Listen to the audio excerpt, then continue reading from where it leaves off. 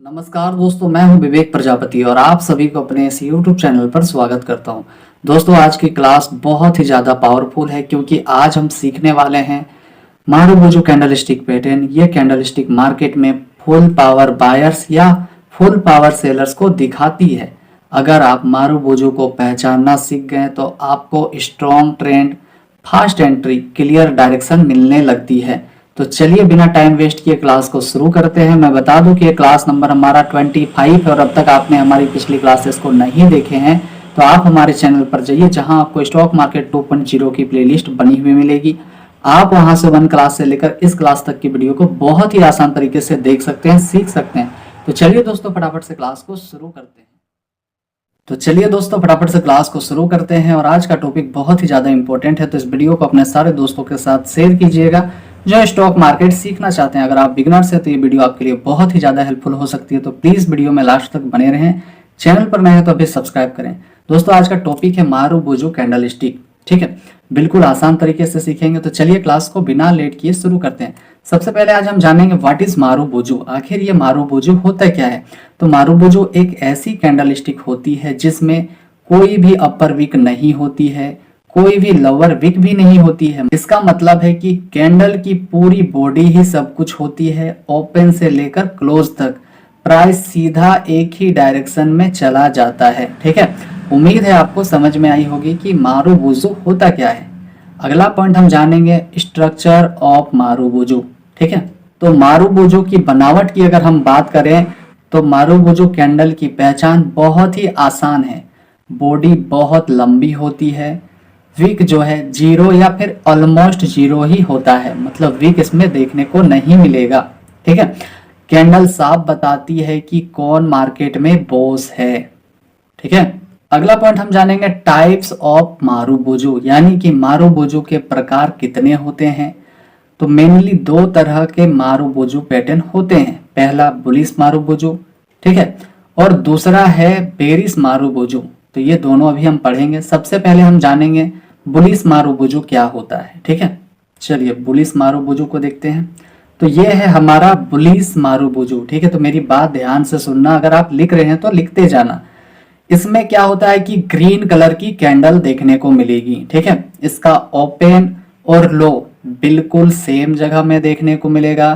Close और high ये भी सेम ही जगह पर होता है। ठीक है, और इसका मतलब यह है कि बायर्स ने मार्केट को पूरे सीजन में कंट्रोल किया है। ठीक है, इसका अगर सिग्नल की बात करें तो यह स्ट्रॉन्ग बुलिश स्ट्रेंथ को दिखाता है और अप ट्रेंड जारी रह सकता है, ऐसा ये संकेत देता है। कब? जब ये पैटर्न बनकर तैयार होता है। ठीक है, चलिए अगला पॉइंट हम जानेंगे। उससे पहले हम चार्ट पर देखेंगे कि मार्केट पहले डाउन ट्रेंड में आया, जैसे ही ये सपोर्ट जोन के पास बना आप देखेंगे मार्केट यहाँ से हेल्दी ऊपर चला गया, मतलब ग्रीन कैंडल देखने को मिलेंगे, कई बार आपको रेड भी देखने को मिलेंगे।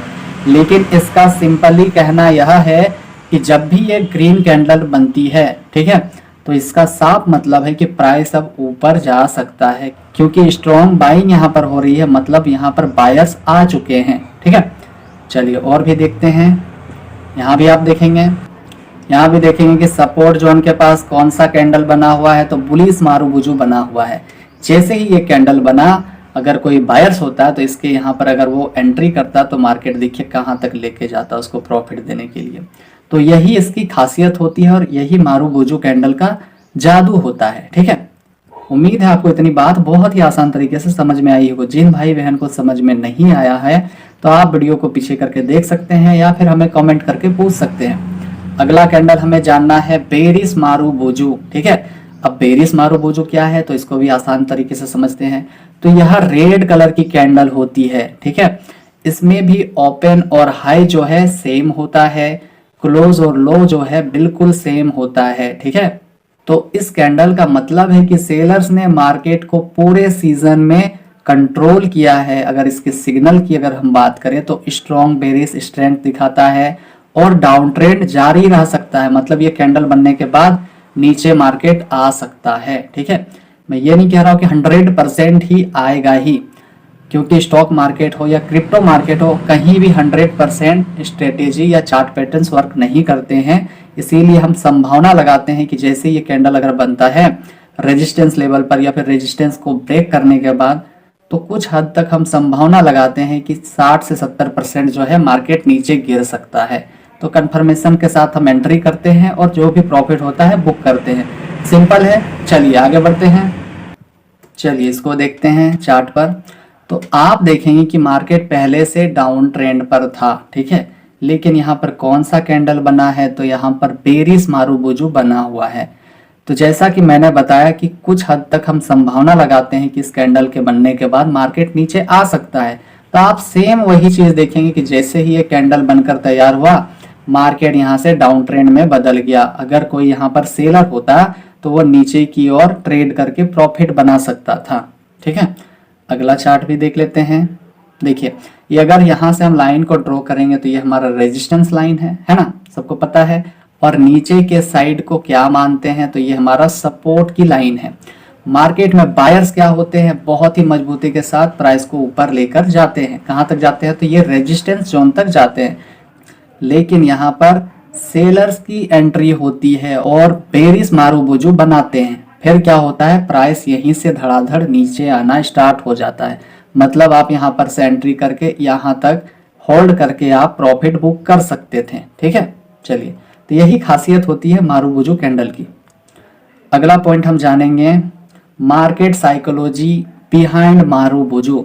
मतलब मारूबुजू के पीछे की सोच की अगर हम बात करें तो जब मारूबुजू बनती है तो कोई कंफ्यूजन नहीं, कोई पुल बैक भी नहीं, एक ही साइड का डोमिनेशन होता है, ठीक है। या तो बायर्स कह रहे हैं कि आज मार्केट ऊपर ही जाएगा, कब, जब बुलिश बनता है, बुलिश मारूबुजू बनता है तब।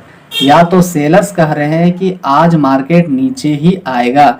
ये कब कहते हैं, जब बेरिश मारूबुजू बनता है तब, ठीक है। चलिए, उम्मीद है इतनी बात आपको समझ में आई होगी। अगला पॉइंट हम जानेंगे, वेयर मारूबुजू वर्क बेस्ट।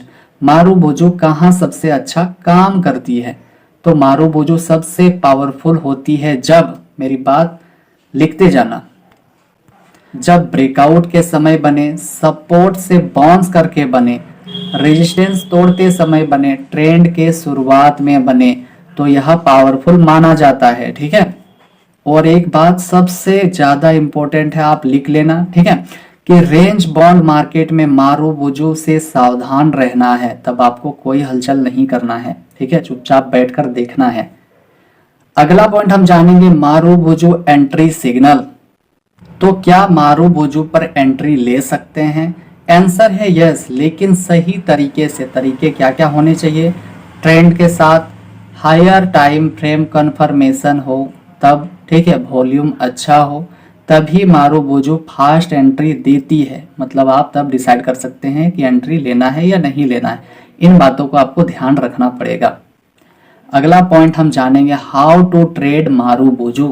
तो मारूबुजू पर ट्रेड कैसे करें, चलिए पहले बाई सेटअप की बात करते हैं, यानी कि बुलिश मारूबुजू। तो क्या हमें देखना है, चलिए यहाँ से हम चार्ट पर चलते हैं, इसी को लेते हैं पहले। चलिए मैं थोड़ा सा क्लियर कर देता हूँ।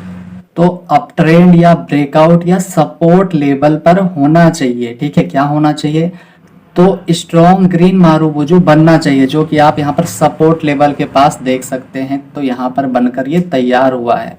अगर हम एंट्री की अगर बात करें तो कैंडल के हाई के ऊपर आप एंट्री लेंगे यहाँ से, ठीक है, ऊपर के लिए। स्टॉप लॉस की अगर बात करें तो कैंडल के लो के नीचे आप स्टॉप लॉस रखेंगे। और अगर टारगेट की बात करें तो नेक्स्ट रेजिस्टेंस, अब नेक्स्ट रेजिस्टेंस कहाँ पर है, तो आप यहाँ पर से लाइन को अगर ड्रॉ करके रखेंगे तो बिल्कुल समझ में आएगा। तो ये हमारा नेक्स्ट रेजिस्टेंस लेवल है, ठीक है। आप अगर ध्यान से देखेंगे तो इस चार्ट में एक और मारूबुजू बना हुआ, जैसा कि मैंने बताया कि आप ट्रेंड में भी बनना चाहिए, या तो ब्रेकआउट पर बनना चाहिए या फिर सपोर्ट लेवल पर बनना चाहिए। तो आप देखेंगे कि मार्केट ऊपर जा रहा था, यानी कि ये अप ट्रेंड है। अगर कोई यहाँ से एंट्री करता है तो यहाँ तक का वो प्रॉफिट को बुक कर सकता है, ठीक है। सिंपल है। चलिए, एक ही चार्ट में दो चीज आपको नजर आ गया। अगला पॉइंट हम देखते हैं। नेक्स्ट पॉइंट हम क्या जानेंगे, सेल सेटअप बेरिश मारूबुजू। चलिए इसको भी समझते हैं।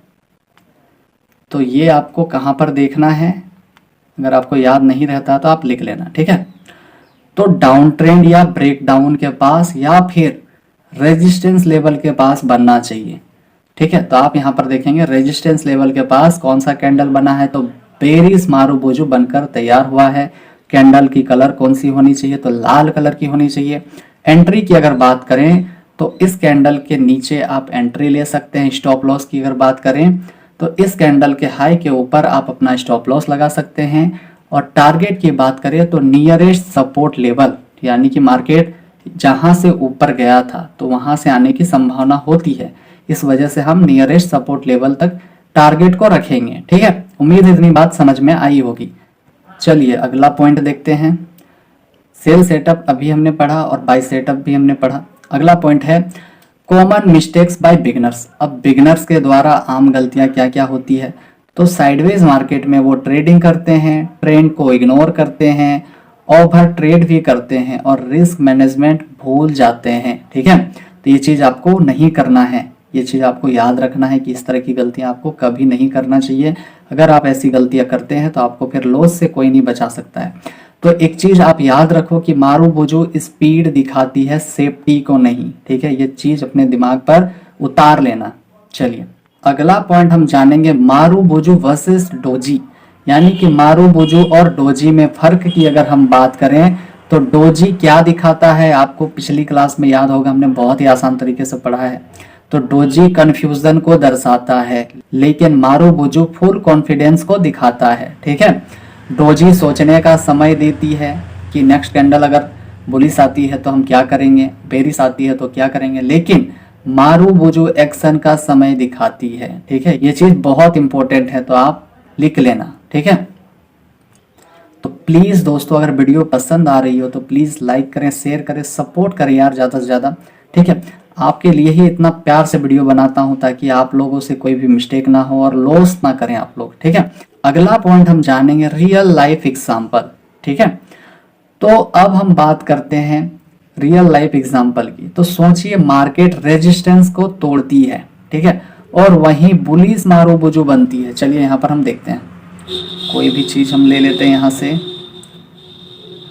ऐसा तो कोई चार्ट है ही नहीं।